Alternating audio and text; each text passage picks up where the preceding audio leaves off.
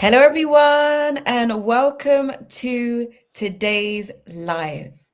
Wherever you're based, let us know in the chat. If you're based in Accra, let us know. If you're based in Kumasi, let us know. If you're based in London, Dubai, let us know in the chat. Today's talk is all about tech sales mastery. And for someone like myself, who was born and raised in the UK, but my background is Ghanaian, this is a topic that I'm really, really passionate about because it crosses different borders. One of the things that I want to know is that a lot of businesses, particularly in Africa, scale or are birthed on relationships, handshakes, who you know. We've all heard the saying, your network or your network is your net worth. But it's very important to note that when those handshakes start to reduce, when people may not pick up the phone to call you, does that mean your business stagnates? Does that mean you fail to scale? So it's really important to understand what are the foundations of scaling a global business. And this is why we're here today to equip you with the knowledge and tools to help you grow your business. So, for those of you who don't know, my name is Miriam. I'm a woman that has worked in sales for over 10 years. So, I know I look young, but I've worked in sales for over 10 years and it's ranged from telecommunication.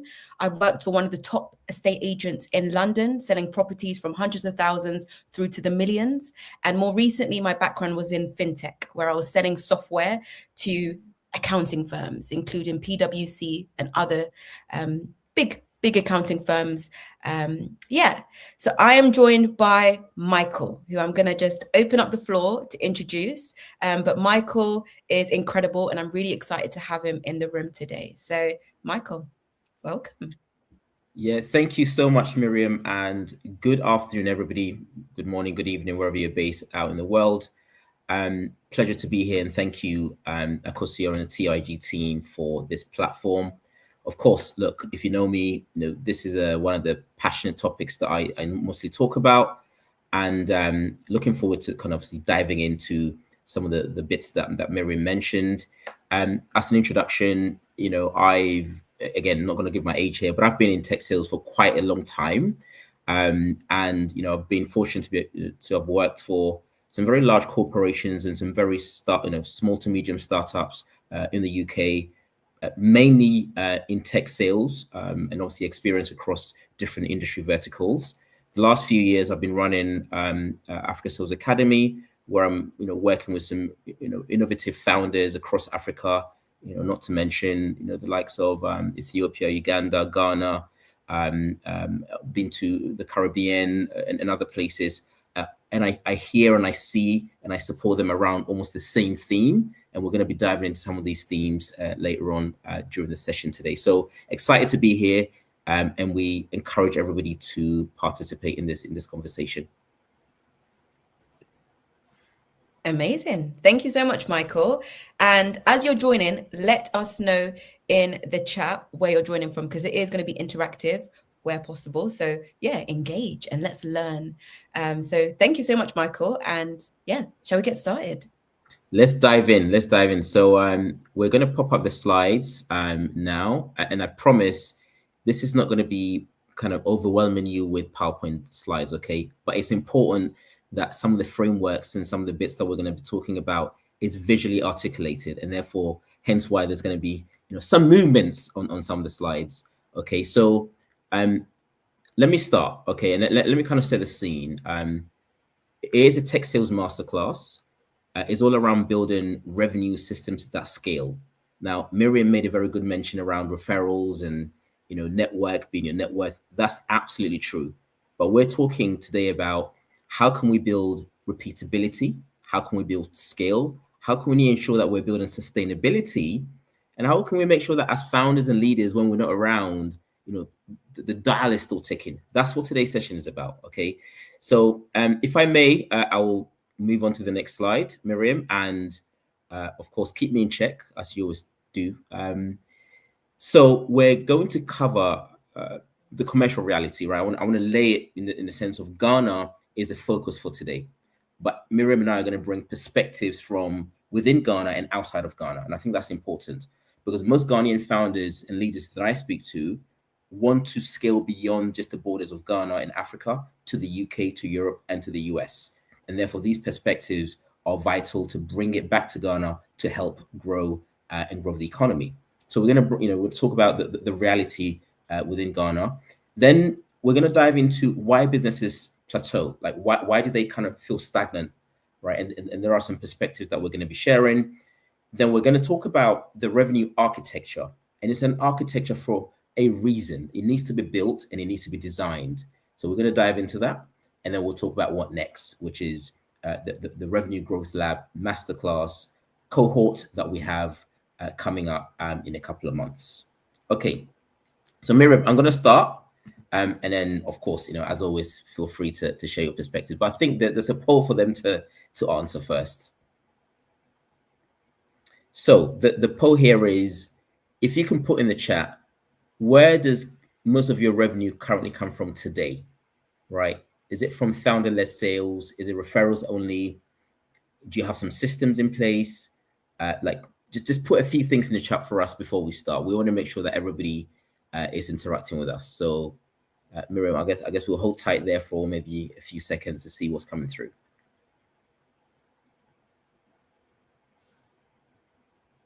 But whilst we're doing that, Miriam, I mean, it would just be good to understand, from your perspectives,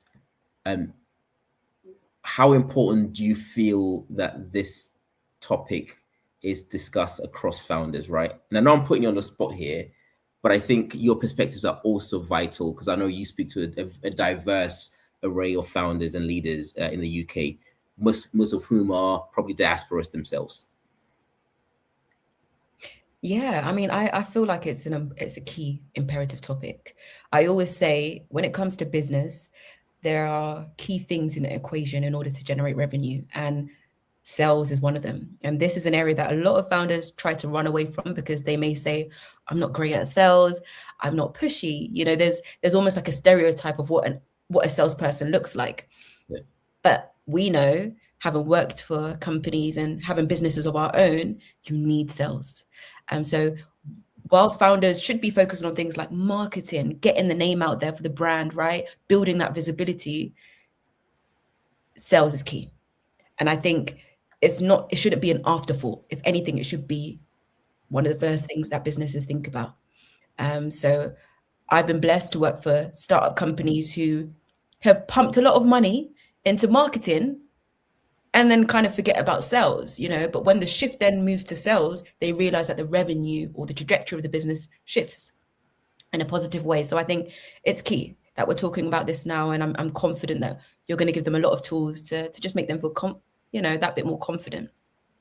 That's great. Thank you for that. So we'll dive in. I think some of the comments will fly through. I see a couple came in the other chat, founder-led, there's a couple of referrals, and I was actually kind of expecting that anyway. So if you bring it back to kind of the Ghanaian context now, and this is research from the GSMA and other sources, okay, we have quite a semi-matured digital economy, right? Not least by the mobile money infrastructure that is fairly and relatively structured and streamlined across Ghana. And I think Ghana is probably one of the most outstanding infrastructures when it comes to mobile money, and that's fantastic, right? What that tells me and tells us is the infrastructure is already there, right? And therefore we just now need to build systems around how we capitalize on this infrastructure. A lot of the SME economy, as you can see, there's 70% SME economy share is driven by SMEs, right? The market is there. Now it's about founders, leaders, revenue leaders. How do we ensure that we are able to build the right systems and the right processes to be able to deliver exceptional service and products to these SMEs or to these markets, but making sure that it's sustainable, right? So the context here is that we have everything within our powers to be able to ensure that we are delivering, and we're delivering at scale.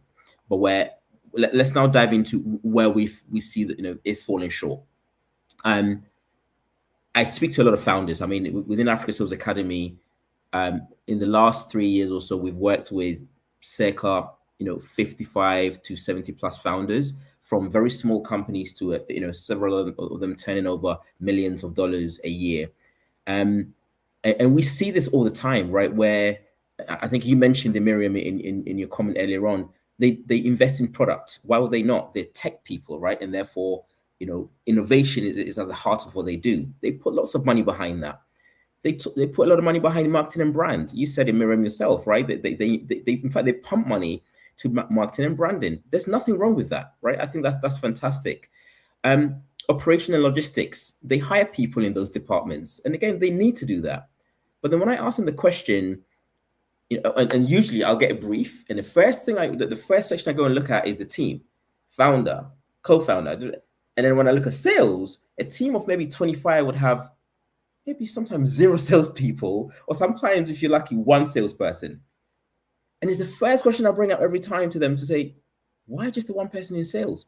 And do you know what, even Miriam, usually that 1 person is actually in marketing, not even sales, right? And for me, I'm just like, okay, there's a conversation here to be had. So, this slide is saying this is the reality of what I see, and I'm curious to get your thoughts on whether that's something that you're also seeing with some of the founders that you speak with. Yeah, absolutely. Like, you put in social media, paid ads, influencer partnership. That's a huge one. And recently I was working in the fintech world, so financial technology, and there's sometimes dedicated budgets to invest into influencer partnerships, which is a good thing with the right influencers, but sometimes you may not get that return on your investment, so the ROI. They may say, okay, if I'm going to invest X, I expect this much customers or clients from this, but that's not necessarily the case, right? An influencer could have multiple different partnerships. So I definitely see that. And it's good that we're delving further into this, because it's not just this, there's more to this. Absolutely. Thanks for that. So why do we think businesses stagnate, right? Why do they find like they do so well and it gets to the point where, they just flatten? Just from speaking to businesses and some of the stuff that I do here in the UK, again, coming back to the whole referral piece, the early traction is where usually businesses or founders will say, oh yeah, we're doing pretty well. For the first year or first 2 years, we scaled to a couple of million, from our network. That's great, right? Or the founder actually does a lot of the hustling, a lot of the sales. Why? Because they built the solution or they built the product, and therefore every knowledge is right here, and they can obviously do this, with their eyes closed. Again, there's nothing wrong with that. But then what happens if the founder isn't around? What happens if the founder, God forbid, is ill? What happens if they have to travel, right? The founder then becomes the bottleneck. The revenue leader becomes the bottleneck. And I'm seeing this a lot with no documentation. There's no structured way of doing things. And then when it comes to the point where they're trying to scale or grow, they are under pressure to double the efforts. And doubling the efforts doesn't necessarily equate to doubling the revenue, right? So these are some of the hard truths that we're faced with, not just within Ghana, but within our continent. And there are a number of reasons or root causes, if we boil it down to that. Not least, again, your personal relationships just being the main focus. There's no documented sales process. I see this all the time when I say, okay, you know how to do it in your head, but what happens if you brought in a salesperson? Where do they start? And you and I know, Miriam, being in sales, and I'm still a salesperson, although now, I'm a coach, I'm a founder, I'm still selling all the time. If you bring in a salesperson or salespeople into your organization, the first thing they're looking at is, okay, so great, how do you do things here?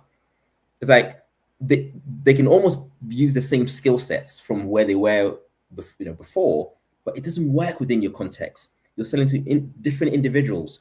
You have different processes. Like, they have to know the blueprint in which you want them to sell. And again, when I ask these questions, it's almost like, well, we've got this marketing document somewhere there, and yeah, but we're talking sales, okay? So I'm being brutally honest here to say, if we don't address these elephants in the room, it makes it incredibly impossible and difficult for us to grow. So that's one of the other reasons. And a lot of the deals are won through charisma. And we know Ghanaians have got charisma, right? And it's not just Ghanaians, like typically in the continent we have charisma, but we can't.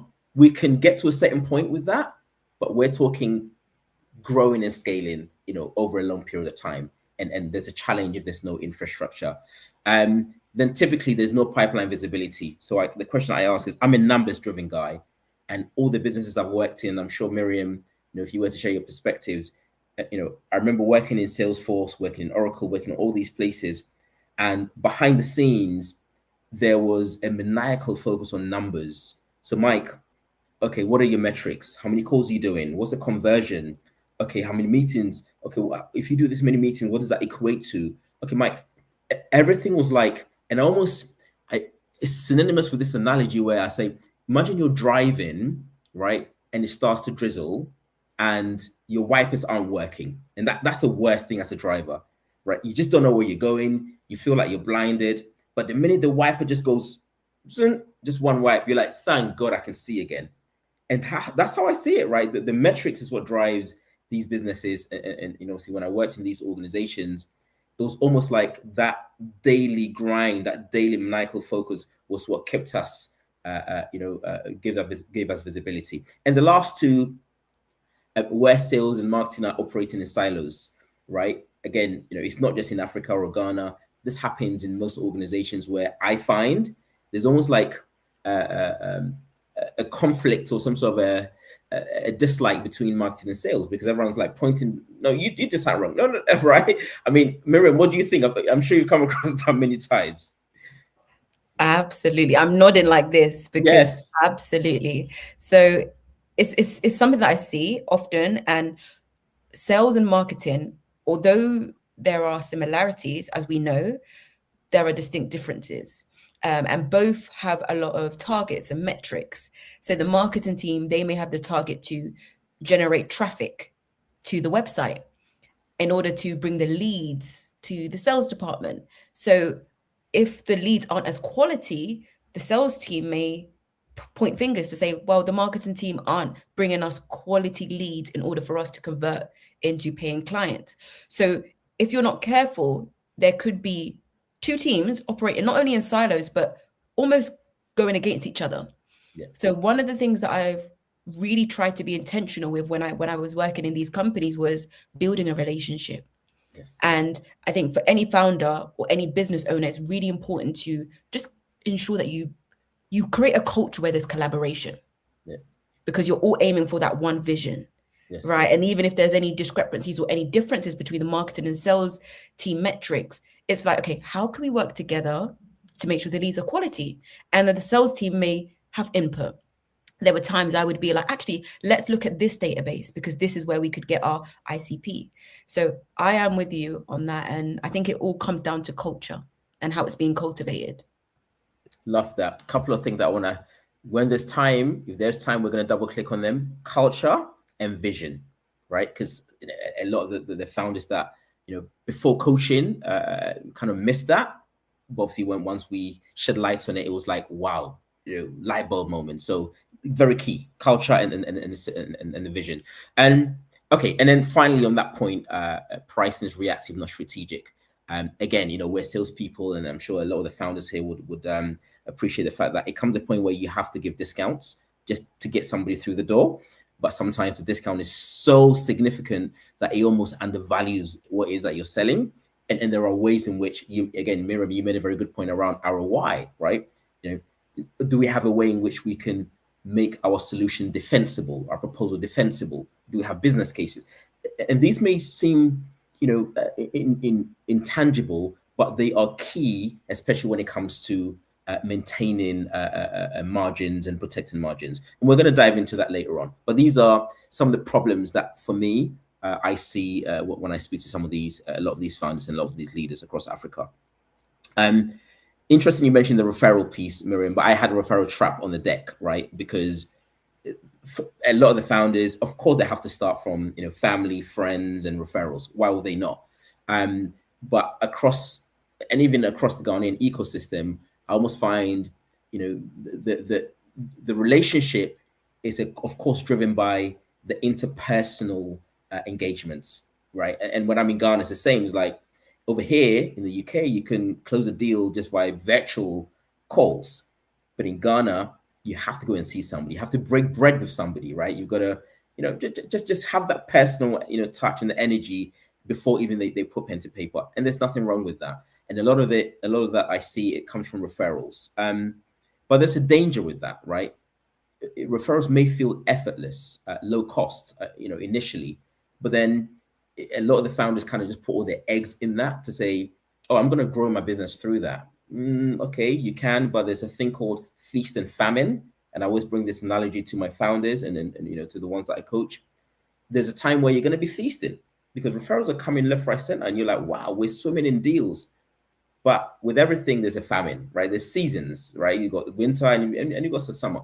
But when it comes to the famine, if you're not putting in the work during the feast, you're going to struggle during the famine. And therefore, this concept of feast and famine is something which resonates a lot with the founders. And therefore, don't just put all your eggs in one basket being referrals.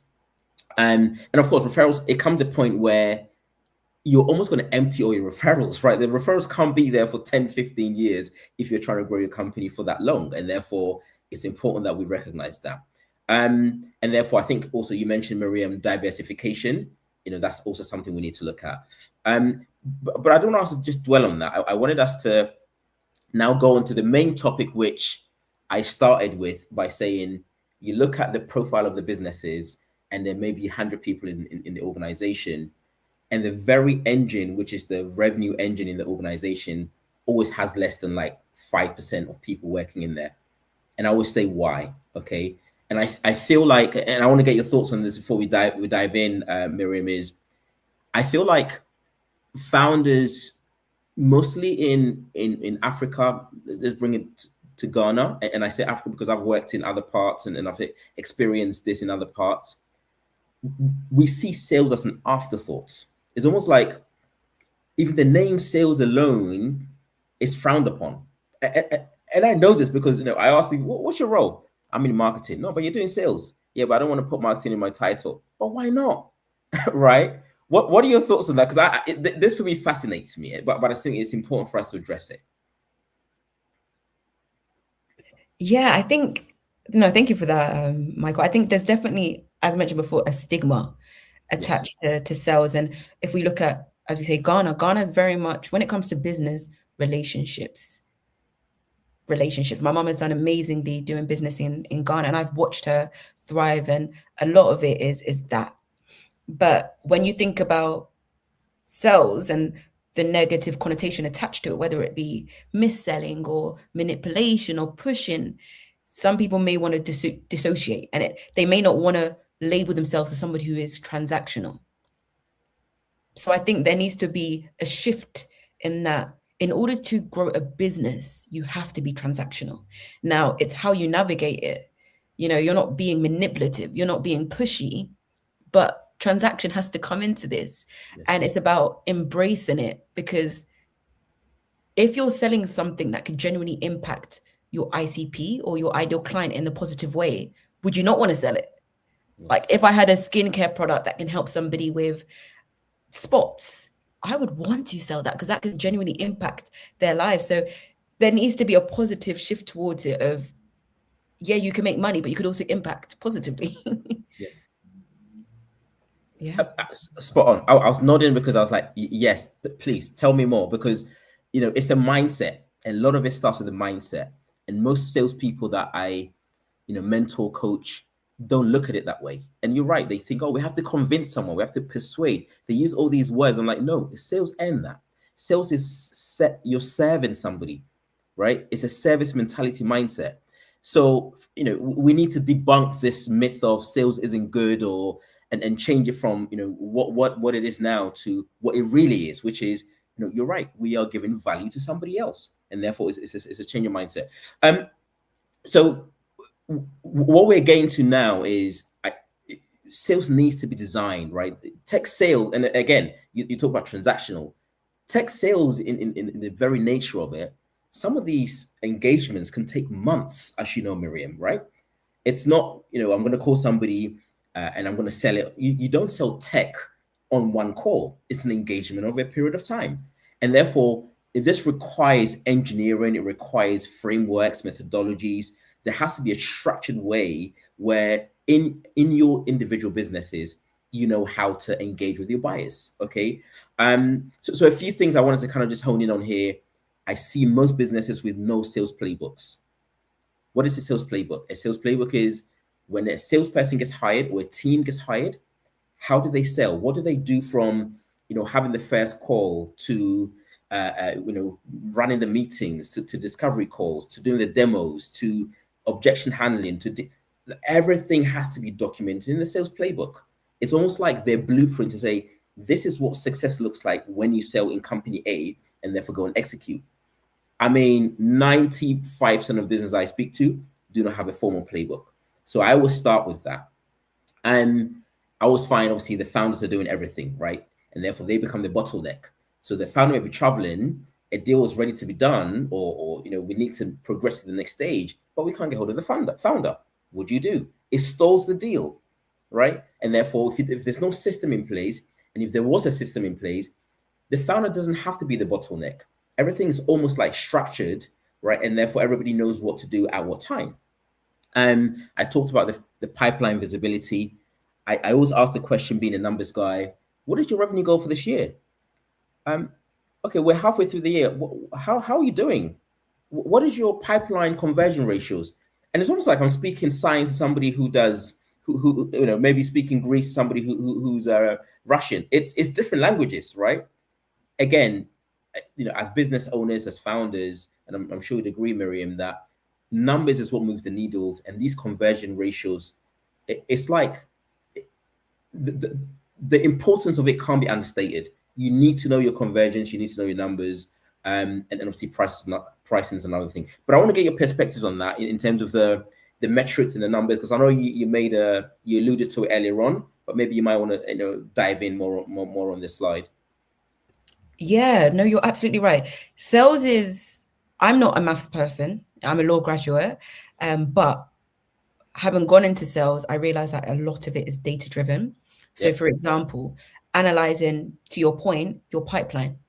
Once you get that visibility of all the deals and what stage they're at, you can then determine, okay, cool. What do I expect? What's the revenue that I expect?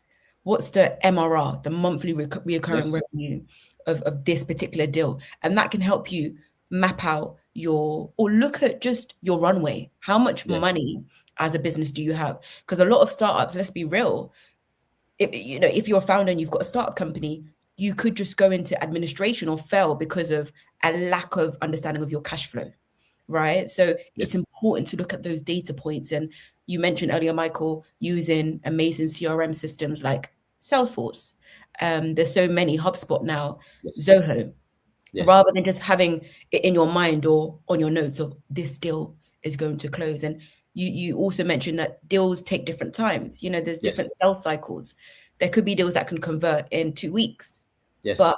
depending on the value or the total value of that deal, it could take months, sometimes even years, to process a transaction. So data is going to be your best friend, and it's about, as a founder, and I'm sure you're going to go into this, Michael, like equipping your team or yourselves with the right tools to get as much data as possible. Totally. Couldn't agree more. The data-driven approach, Miriam, is key. So we talked about the sales versus marketing. I think you did an amazing job explaining the importance of those two. I'm not going to kind of belabor the point here, but Miriam already talked about it. Let's move on to the next one. And this is not kind of speaking foul of the Dash story, right? We know Dash was a startup that started in Ghana several years ago, and unfortunately, had to go into administration, raised significant amounts of money, but of course, due to regulatory and other reasons, they had to shut down. Now, for me, I always look at the learnings from failure, right? If we would call this a failure, but it's almost a case of the question being, what if, right?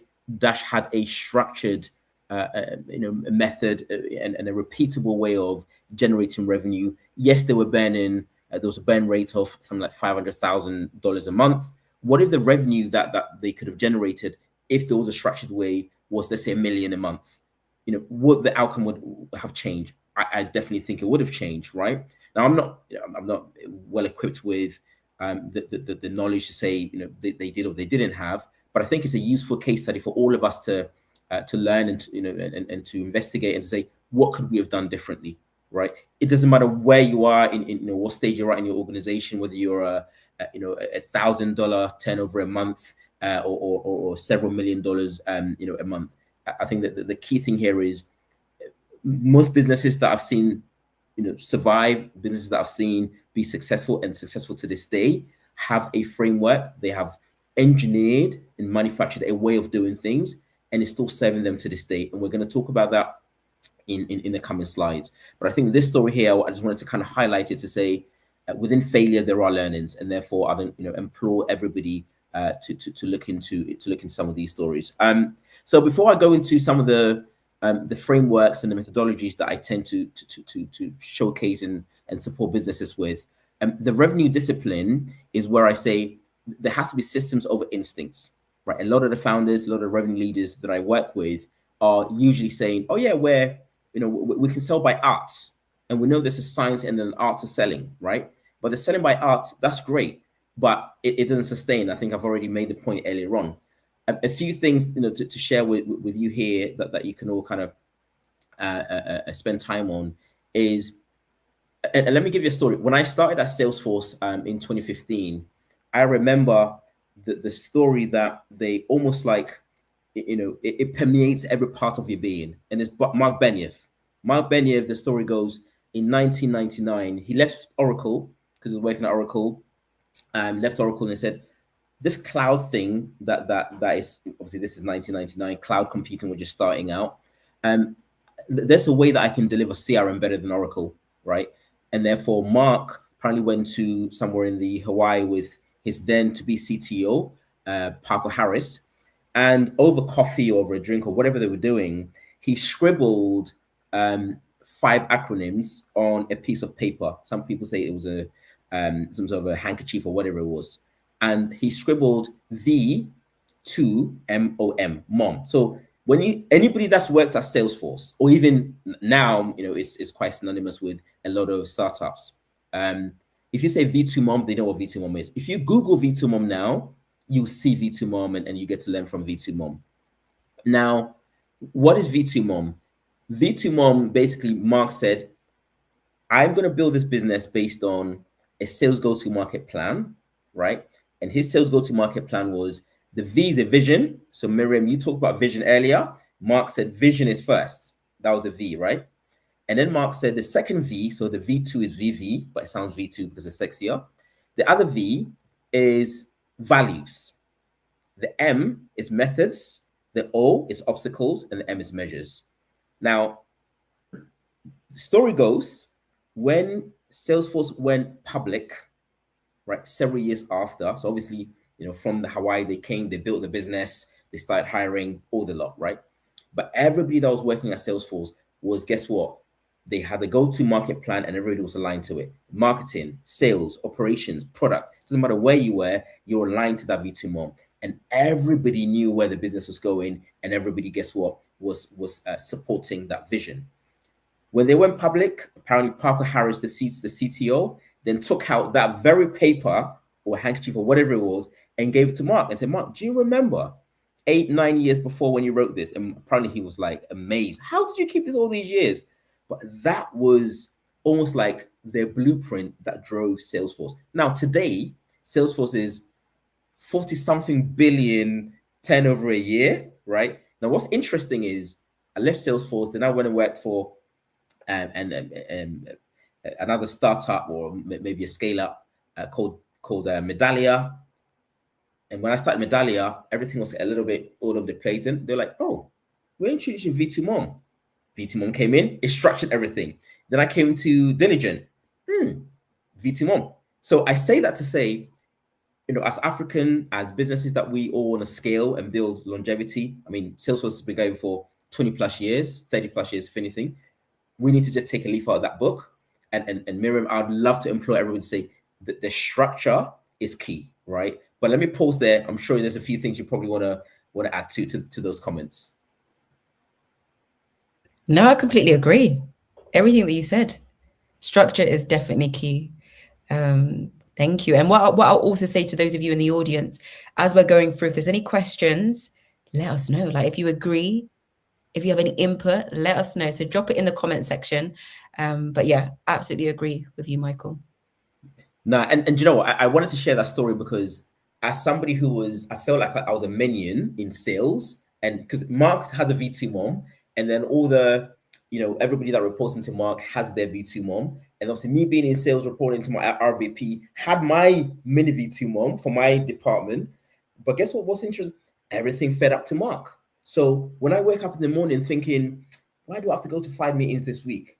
Well, that's because Mike, it helps you get to this revenue. This revenue then gets to this, and it feeds into the Salesforce of revenue. I felt like I was part of a machine. And when I speak to a lot of young salespeople, account executives, the one thing they feel like, I feel insignificant in this organization, whether large, small, or medium. And I'm like, why? Well, I feel like the leaders are doing their thing, and I don't know how my activities map to the vision. There's a gap, and that gap is what I say to leaders. You need to understand, or the reps need to understand, how your vision is aligned to the activities, and that's crucial. So now let's look at how it boils down to the sales element. So now we're moving away from the go-to market, which is all the divisions, sales, marketing, to now just sales, right? If we bring it to sales only, sales needs to have a clear target. Whether you're the leader, the VP, whoever it is, the founder, there has to be a revenue target of, we need to achieve X amount by this time. Great. That's like a blanket statement. Everybody gunning towards that goal. That is the number one. Then from there, you work out your metrics to say, okay, so what are the conversion ratios? What are our leading lagging indicators to help us get there? If I'm a salesperson and you say to me, Mike, I've done the science, for you to get to your $1 million goal by the end of the year, Mike, you need to attend 50 meetings. Every meeting, if you convert 3 of them, it will lead to thank you. So when you're now having our one-to-ones and you're saying, well, Mike, you're supposed to do 5 meetings this week. You only did 3. Why did you do 3? Oh, well, Mike, you know the reason why you got to do 5. But yeah, I get it. But if there's no science to it, it's almost like you're just acting out a whim. It doesn't work, right? So that helps with manage pipeline. The execution rhythm. Now, Miriam, when I tell you every Monday, look, I didn't used to like it when I was working. I'll be honest. Like every Monday morning, you've had a long weekend, and every Monday morning, your RVP. This is when I was I was an individual contributor. Is saying to you, Mike, okay, we need to be maniacal with activities. It wasn't micromanagement. It was what success looks like for them, and it has looked like for them for 10, 12, 20 years, right? And they weren't going to change it. As much as I disliked it, they were still doing it. Why am I saying this? I see a lot of African founders, Ghanaian founders, where, oh yeah, this guy is, or she's a good closer. She'll bring in 200K this month or 20K this month. Okay, but what happened next quarter? Oh, no, we're not doing that.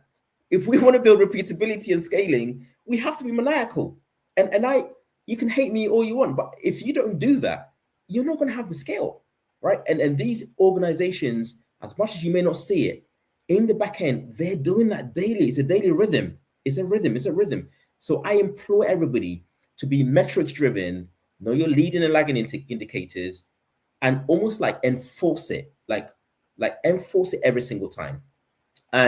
So just wanted to share that because this is what larger organizations are doing, mid markets are doing. Why wouldn't we do that startups if it's working for them, right? It's a framework and it's a methodology. Okay, how are we doing on time? Let me pause there, Miriam. Keep me in check. Yeah, we're doing pretty well, Michael. Thank you so much. And for those of you who are in the audience, do engage with us as mentioned. Comments. Let's get some comments in or any questions you have. Just a thing to add on what you just said, Michael.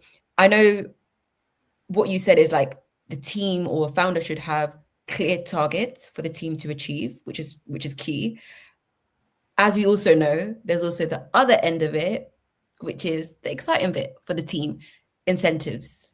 Oh So yes. it doesn't have to be negative. I didn't go into sales just to smile and be happy. There's also an uplift. If Yes. you've got revenue goals that are really ambitious, that can be really sometimes intimidating to a team. But if they know, should I hit 200, for example, clients for the month, and I'm able to get £1,000 of commission, £5,000 of commission, that will motivate me, because whenever you're starting to build a team's vision, and what I would encourage founders to do is get to know your team's vision for their life too, because then you can link your goals to their goals. You can support them to be like, let me equip you with the blueprint, but should you hit this target, you can get your property. You could buy your house. You know, you wanted to help your mum to retire early. A lot of people go into sales because they know they're able to. It's I believe the word is metrocratic, where your input can lead to your output, which is revenue, money. So I just didn't want to miss out at that point of incentivize your team where possible. And I appreciate not every founder will have the budget to have commissions or things like that, but is there competitions that you can implement where people can leave early or something like that, you know, to boost that competitive nature? Listen, we can spend another whole masterclass on this one, Miriam. I think you just hit it right on the head, right? The 2 points you made, particularly, the vision and the why piece. I say this all the time, like rules without relationships creates resistance and rebellion with people. And therefore, as founders, as revenue leaders, when I was working, there was not a single leader that I worked for, right? Before I became a leader in organizations that wanted to know my why. I had a story, right? And my story for me is what keeps me going to this day. Is what made me found African Sales Academy. Is my story that keeps nobody in any given in my 18 years of working to say, so Mike, what makes you tick? Like, what's your story? So, and when I then moved into leadership, then one of my mentors obviously broke me and said, Mike, and from that point, the connection that we have to this day. So Miriam, like you've just nailed it. Leaders needs to find out what is the story of these people that work for me or work with me, because then, I mean, during COVID, there's a story when I was in Uganda. I mentioned this very topic, and one of the leaders was like, but Mike, why do I need to know the story of one of my? And he actually meant it, you know. And I was like, okay, Mike, just take your time before you answer this question. And even before I picked up the mic, another leader then picks up and says, let me tell you a story, right? And I know we're conscious of time, I'll keep it short. And that leader says, during COVID, there was a period of time when he couldn't pay his staff. But because he knew the stories of their staff, and his staff was bought into the vision, everyone stayed. Not a single person left. To this day, they're all still there. Meanwhile, his counterparts, right, within the community, other founders, other leaders, had like attrition, like next to nothing.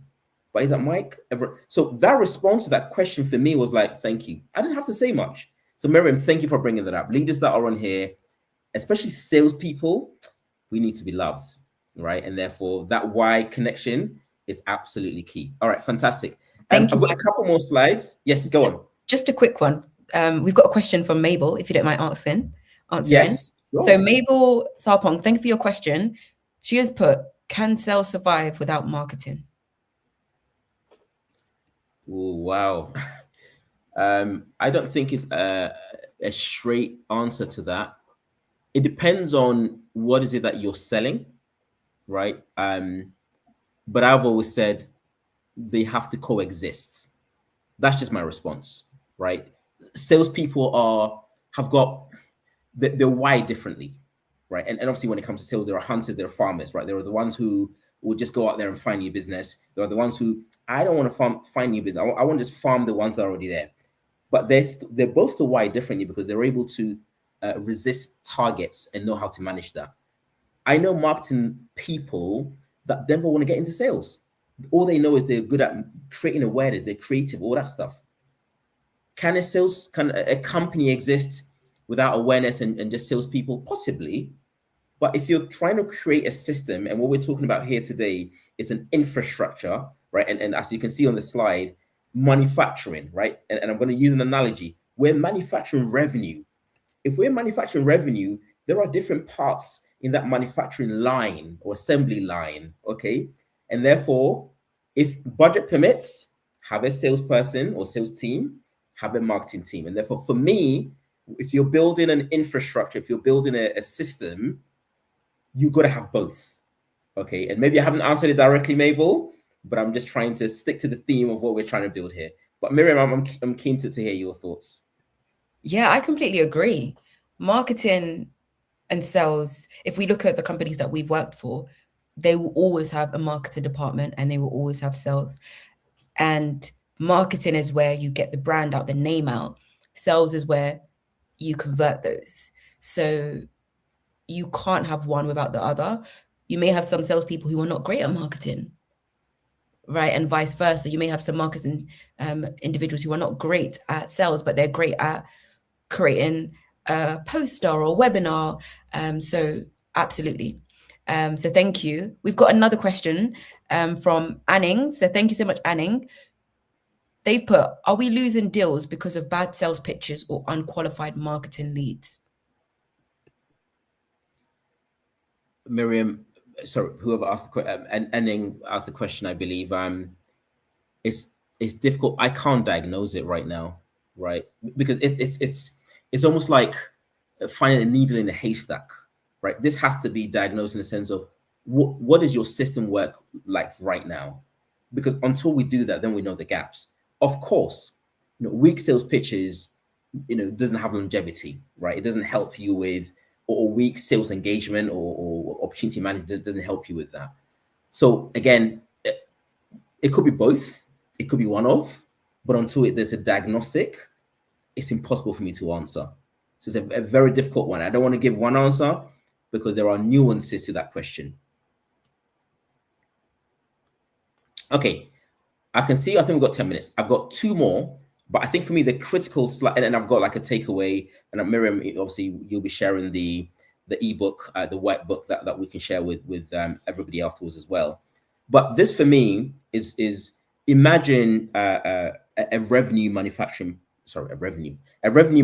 system, but imagine a lab that you're manufacturing something, or any manufacturing plant. Okay, you've got raw materials that come in, and then you've got the output, which is the actual deliverable of that thing that is being manufactured. And for me, it's no different when it comes to revenue, because guess what? We are manufacturing revenue whether you like it or not. Now, if I wanted you guys to think about the raw materials are the things that come into the system. Okay, so these are the inbound leads that, thanks to our marketing colleagues, helps us with the pull effect, I call it. Inbound leads comes through. Referrals from our network, from the founders, from the revenue leaders, conversations, partnerships, outbound outreach.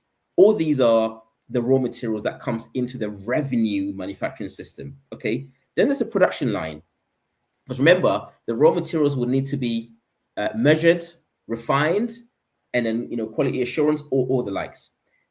If you think about a manufacturing line, the system is built first, and then they put the people on top. They never bring in the people and then the system, right? So the key thing is that as any organization, you got to have your infrastructure and your system built, and then you can bring up people, because your people are going to have different attributes, different skill sets.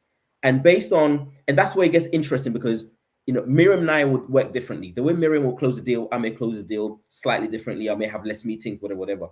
But if the process is the same, Miriam knows that, and I know that, we qualify, we do a demo, we do objection handling, proposal, close, implement, customer success is a process. We stick to that process. And you, the leader, when it comes to reporting, it's easier for you. What you're seeing on the screen is almost that. The production line is where things like discovery calls, positioning, your follow-ups, your stakeholder, that is where the revenue process begins. And then your quality control, this is key. Miriam talked about ICP clarity. I work with a lot of founders who they're selling to the wrong people. So imagine spending 80% of their time selling to people that, one, can't afford you, never understand your value that you're selling to. Imagine switching that and selling to 30% of people that can buy from you. Already, you're winning. Okay. So again, everybody has to think a manufacturing system and a revenue manufacturing system is almost synonymous.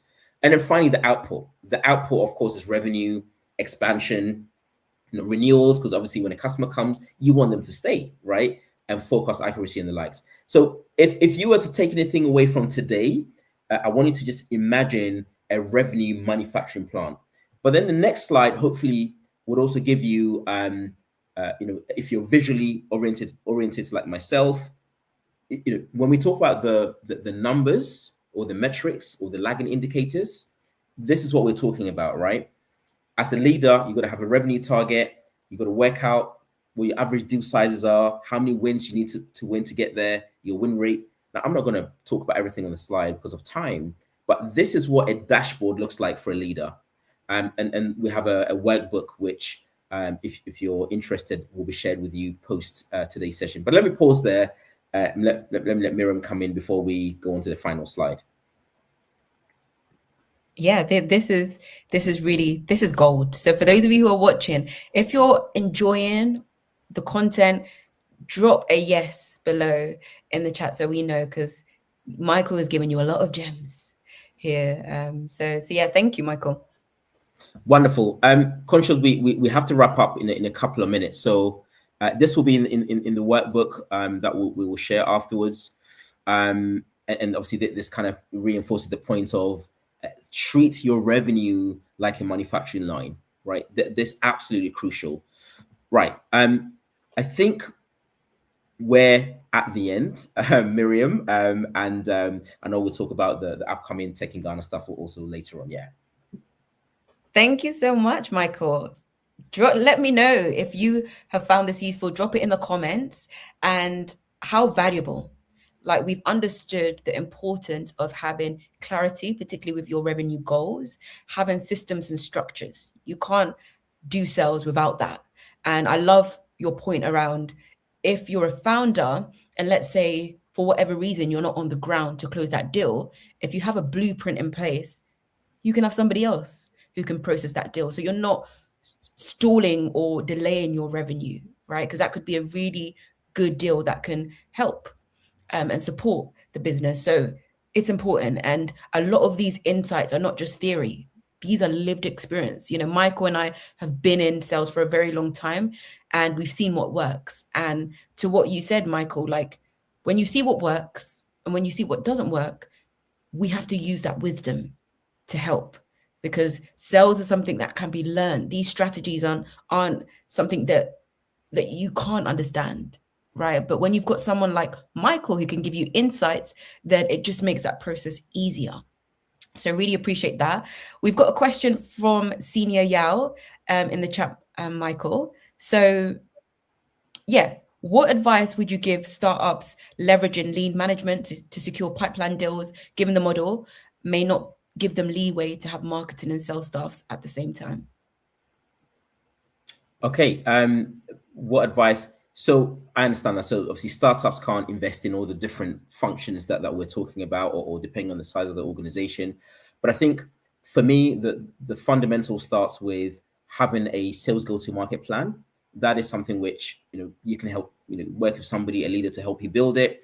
And when I say a sales go-to-market plan, that is an all-encompassing vision orientated document that takes into account every function in the business. Even if there's only two functions, let everybody in the business know how their efforts equates or maps to the vision that you set. And your vision could be revenue aligned, which is more kind of quantitative, or it could be more qualitative, i.e., we want to build the best right? That there's no quantification, but it's aspirational. And just make sure that everybody knows how what they do maps to that. But the key thing is, once you've done the sales go-to-market plan, the next thing is you build your sales playbook. And for me, I don't go a day without saying sales playbook, because it's key. The sales playbook is saying, okay, we have the overarching vision. Now let's bring it down to sales. All right, sales, how do you execute? Build that.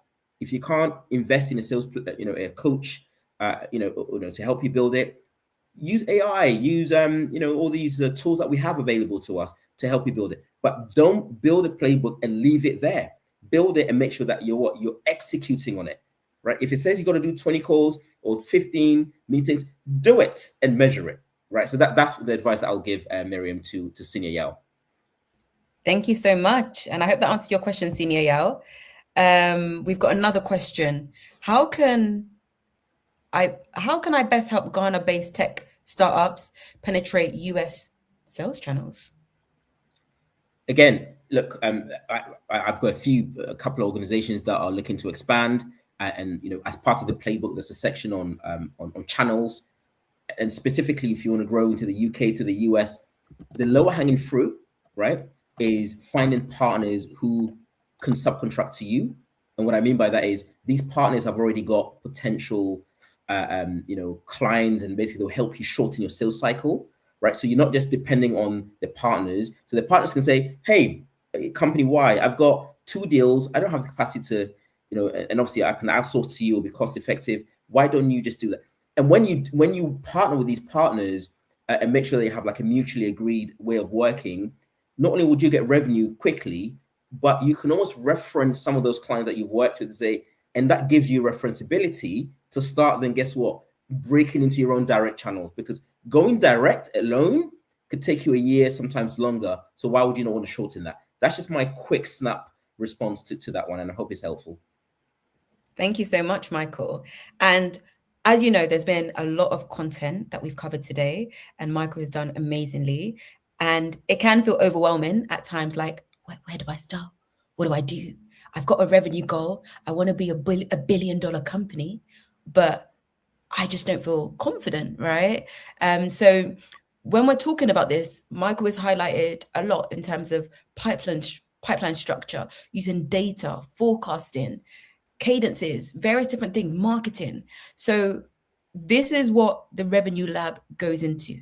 So Michael, if you can give us a brief overview of what the Revenue Lab is and how those who are watching can benefit from it, just so they can feel more confident and equipped to know that this isn't it. They're not left alone. Thanks, Miriam. So the Revenue Lab, Growth Lab, is a partnership between Tech in Ghana and Africa Sales Academy. It's not just for founders; it's also for revenue leaders, for anyone related to or aligned to revenue generation in any organization. Not necessarily just in Ghana, but Africa, US, UK, and it's going to be a 6-week cohort training where we help you from almost coming to it with a blank canvas, but leaving with a structured and a manufactured document to say, my revenue goal of X is going to be achieved, leveraging these tools and people and systems. So we're going to be covering so many things, from all the things we talked about on this masterclass, from building sales go-to-market plans to sales playbooks, to your people, how do you hire the right people, your processes, your productivity, like everything that you can see on the screen. You're going to have a cohort of like-minded people to keep you in check. There's going to be an ecosystem. Obviously, Tech in Ghana, I mean, if you know Tech in Ghana, you know Tech in Ghana, right? They have a huge access to other resources. All of that is included. And yeah, I mean, if there's any interest or you have any referrals in mind, if you submit your interest, I'm sure we'll follow up and we can dive in and give you more specifics. Thank you, Michael. So, I mean, that's a great opportunity. When I started sales 10 years ago, if I had a community like that, I probably would have learned a lot quicker. Learning from people who have been in the industry, who understand the blueprint, who understand the systems. This is something to not really overlook. So if you're interested, the link is in the comments. Definitely check it out. Or if you know somebody who is really trying to scale their business, they're a founder and they feel stuck, definitely look at the link. So check the link in the comments. And for those of you who want to take this further in person, I'm somebody I could do online, but in person, there's a different energy, right? You're in a room with like-minded individuals, people who can give you one piece of advice that can change the trajectory of your life. I've been in rooms like that. A few weeks ago, I went to a founders event. Someone gave me one thing, and that was just like my mind open. So Tech in Ghana is a community, right? So on the 11th of June, so next month, Tech in Ghana is coming to London. Okay, so for those of you in London, this is not an event to miss. It will be the same week as the London Tech Week. And this is where there's going to be an ecosystems of founders, investors, the diaspora, policymakers, all in one room. So spaces are limited. So check the link in the comments. Myself and Michael will also be there. So yeah, you could meet us as well as other great people in the room. So yeah, get your tickets today. Otherwise, you will miss out. But otherwise, thank you so much for being here. Michael, any final closing remarks before we close? Do you know what? I think all that's been said in the last hour, Miriam. I just want to say thank you for facilitating this fluidly. I think the last thing I want to say is, guys, we need to think longevity than just short term. So many of us, and our predecessors in Africa, in Ghana, we think that the next year, the next 2, the next 5 years, we see businesses go for centuries, decades, and we need to start thinking like that. And the only way we can start building beyond the thinking is thinking infrastructure, engineering, and all the things that we talked about today. So, yeah, just want to say thank you for everyone that's here today, and always a pleasure speaking and working with TIG. Thank you, Michael. And thank you for all of you who have joined. So definitely check out the Revenue Growth Lab, as well as Tech in Ghana in London. And to what Michael said, let's really think about that legacy where we can see businesses surviving through generations. So have an amazing rest of your day and take care. Thank you, everyone. Bye. Bye bye.